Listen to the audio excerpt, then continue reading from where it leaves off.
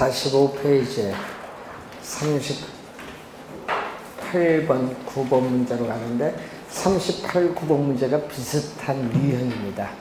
그래서 이제 공식, 수의 가격 탄력성과 수의 소득 탄력성 두 수식을 이용한 문제인데 최근에는 이렇게 두 수식을 이용한 문제가 자주 출전합니다.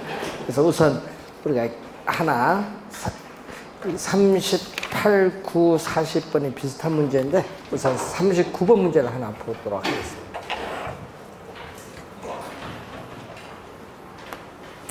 자, 39번 문제 보겠습니다. 자, 수의 가격 탄력성은 우리가 0.9, 소득 탄력성 0.5이다. A 부동산 가격이 2% 상승하고 소득이 4% 증가할 경우에 A 부동산 수요량의 전체 변화율은 몇 프로인가? 이렇게 묻는 내용이죠. 자, 그러면 우선은 수식을 여러분이 새 수식을 암기가 우선 돼서 적을 줄 알아야 되겠죠. 자, 이렇게 A 부동산 분모는 자극을 주는 가격이 오죠. A 부동산의 가격의 변화율에 대해서 우리가 분자는 반응을 나타내는 수요량, A 부동산에 있어서의 이 수요량의 변화율을 묻습니다. 자, 이 값이 0.9가 지금 주어졌습니다. 또 하나가 주어졌죠. 수의 소득 탄력성. 이렇게 수식 두 개를 이용한 문제가 최근에 출제를 하고 있는데 몇 번 연습을 하셔야 되겠습니다. 소득 탄력성은 분모는 또 자극을 주는 소득입니다. 이 소득의 변화율에 대해서 A 부동산의 수요량의 변화율을 묻습니다. 이 값은 지금 문제에서 0.5라고 주어졌습니다. 자, 저는 이렇게 다 적지만 여러분 문제 풀 때는 여러분 적을 필요는 없죠. 수식으로 바로바로 들어가면 되니까. 자, 우선은 요 두 가지 중에서 첫 번째에서 우리가 아파트 가격이 몇 프로? 2% 상승하고 소득은 4% 증가를 했는데 우선 중요한 것은 가격이 오르면 수요법칙에 따라 수요량은 감소합니다. 그리고 수요소득 탄력성이 0.5는 0보다 크죠. 0보다 크면은 이 상품은 무슨 상품? 정상제. 0보다 크면. 그러면 정상제는 뭐죠?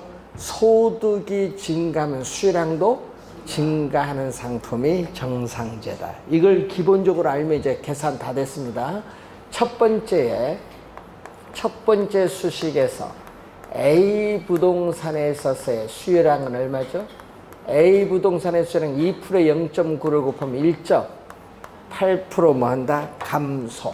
1.8% 뭐 한다? 감소하고 이제 두 번째 수식에서 A 부동산에 있어서의 수요량은 얼마? 자, 4%에 0.5를 곱해주면 2% 증가를 합니다.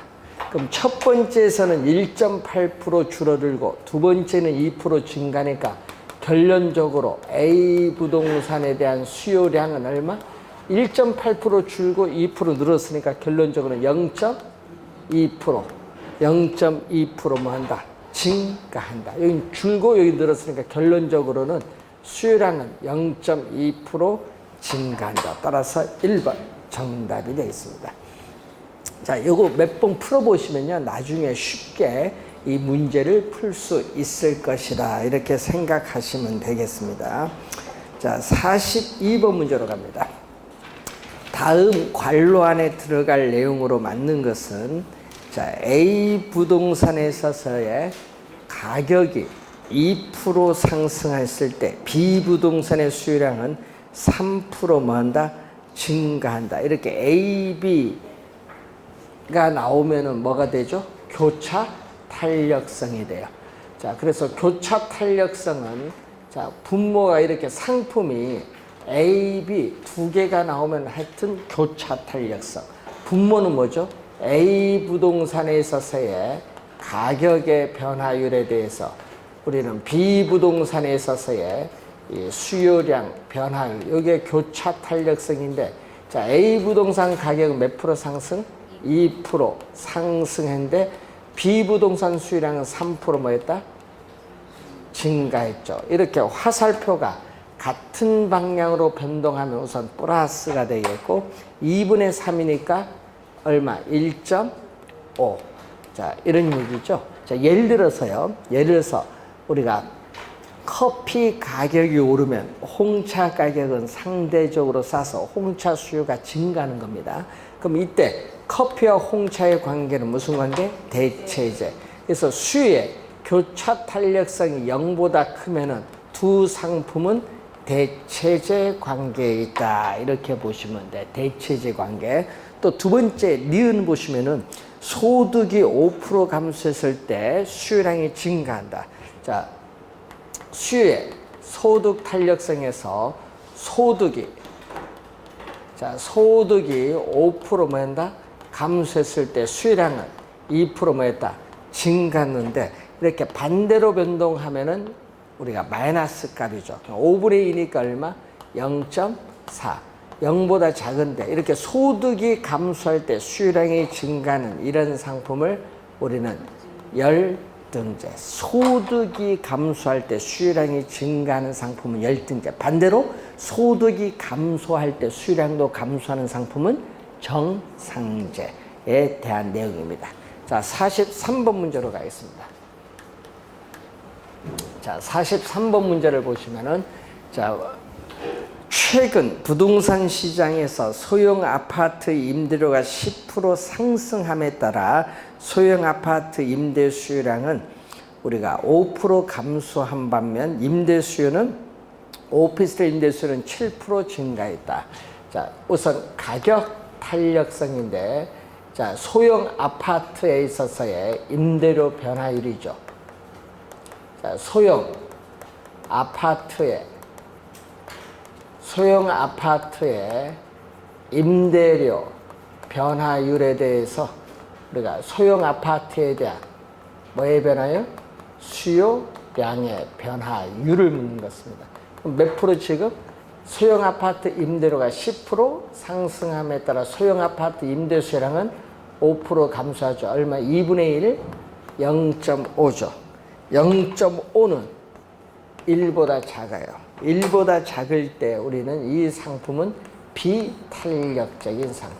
소형 아파트는 이 가격 변화에 대해서 수요량이 민감하게 반응하지 않는 비탄력적인 상품. 자, 여기에 대해서 교차 탄력성인데, 자, 소형 아파트와 뭐가 나와 있죠? 지금 오피스텔, 이렇게 상품이 두 개가 나오면은 교차 탄력성인데, 소형 아파트 임대료가 10% 상승함에 따라 오피스텔 임대료는 상대적으로 싸니까 오피스텔 수요는 뭐한다? 증가를 하는데, 이렇게 화살표가 같은 방향으로 변동하면 플러스죠. 10분의 7이니까 0.7인데 이 수요 교차 탄력성이 0보다 크면은 우리 소형 아파트와 오피스텔은 서로 어떤 관계에 있다?